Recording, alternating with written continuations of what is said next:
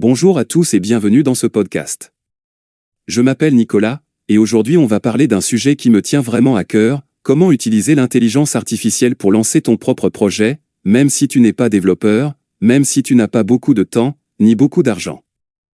Si tu t'es déjà dit, j'ai plein d'idées, mais je ne sais pas par où commencer ou je vois tout le monde parler d'IA, mais concrètement, qu'est-ce que je peux en faire, moi? Alors cet épisode est pour toi. Installe-toi bien, mets tes écouteurs, on commence. On va commencer par casser une idée reçue, non, l'IA ce n'est pas réservé aux ingénieurs ou aux grosses entreprises. Aujourd'hui, avec des outils comme les assistants de conversation, les générateurs d'images, les assistants vocaux, et les plateformes no-code, tu peux déjà trouver une idée de projet. Tester si elle intéresse des gens. Créer une identité visuelle. Écrire du texte pour ton site, tes posts ou tes vidéos. Et même lancer une première version d'un produit ou d'un service. En gros, l'IA peut jouer le rôle d'assistant, de graphiste, de correcteur, de consultant, et parfois même de développeur junior. Tu n'es plus tout seul. Tu as littéralement un coéquipier virtuel disponible 24 heures sur 24. Peut-être que tu as juste une sensation, un truc qui te tourne dans la tête, j'aimerais lancer quelque chose dans le domaine de la mode, de la finance, des voyages ou de l'éducation, mais je ne sais pas exactement quoi. Ce n'est pas grave. Tu peux utiliser l'IA pour clarifier ton idée avec 3 questions simples. 1. Quel problème je veux résoudre? Par exemple, les gens ne savent pas comment s'habiller pour un entretien, un rendez-vous ou une soirée. 2. Pour qui je veux le résoudre? Par exemple, les étudiants, les jeunes actifs, les personnes qui n'aiment pas faire du shopping. 3. Comment l'IA peut m'aider à apporter une solution? Par exemple, une application qui propose des looks en fonction de la morphologie, de l'occasion et du budget. Avec ces 3 réponses, tu peux demander à ton outil d'IA, aide-moi à transformer cette idée en un concept de projet clair, avec un nom, une phrase d'accroche et 3 fonctionnalités principales.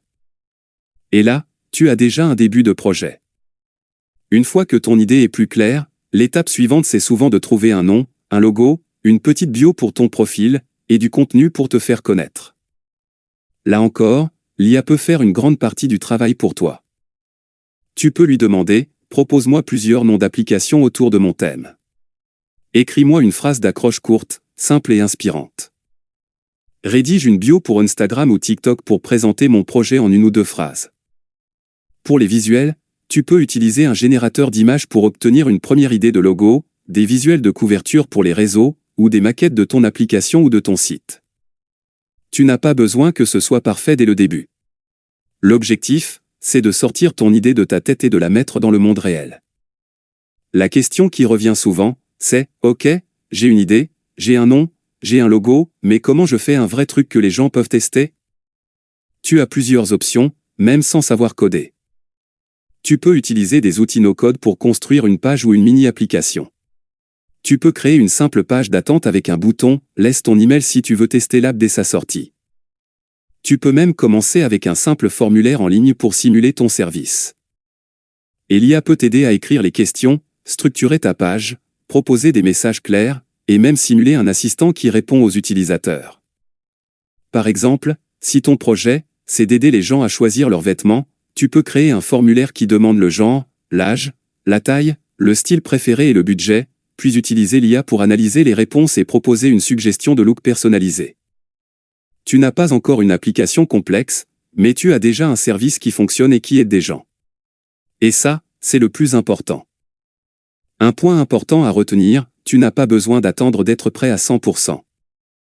Tu n'as pas besoin d'avoir le meilleur logo. Tu n'as pas besoin d'avoir le site parfait. Tu n'as pas besoin que tout soit automatisé. L'IA te donne justement la possibilité de tester rapidement, de réajuster, et de progresser par petites étapes. Tu peux commencer par aider une seule personne. Tu peux faire un test avec quelques amis. Tu peux poster un premier contenu sur un réseau social. Puis demander à l'IA, aide-moi à améliorer mon idée et mon message à partir des retours que j'ai reçus. Ce qui compte, ce n'est pas la perfection, c'est le mouvement. C'est le fait de passer de « j'ai une idée » à « j'ai testé quelque chose ». On arrive à la fin de cet épisode. Si je devais résumer en une phrase, l'IA ne va pas vivre ta vie à ta place, mais elle peut t'enlever énormément de blocages techniques pour que tu puisses enfin lancer ce que tu as en tête.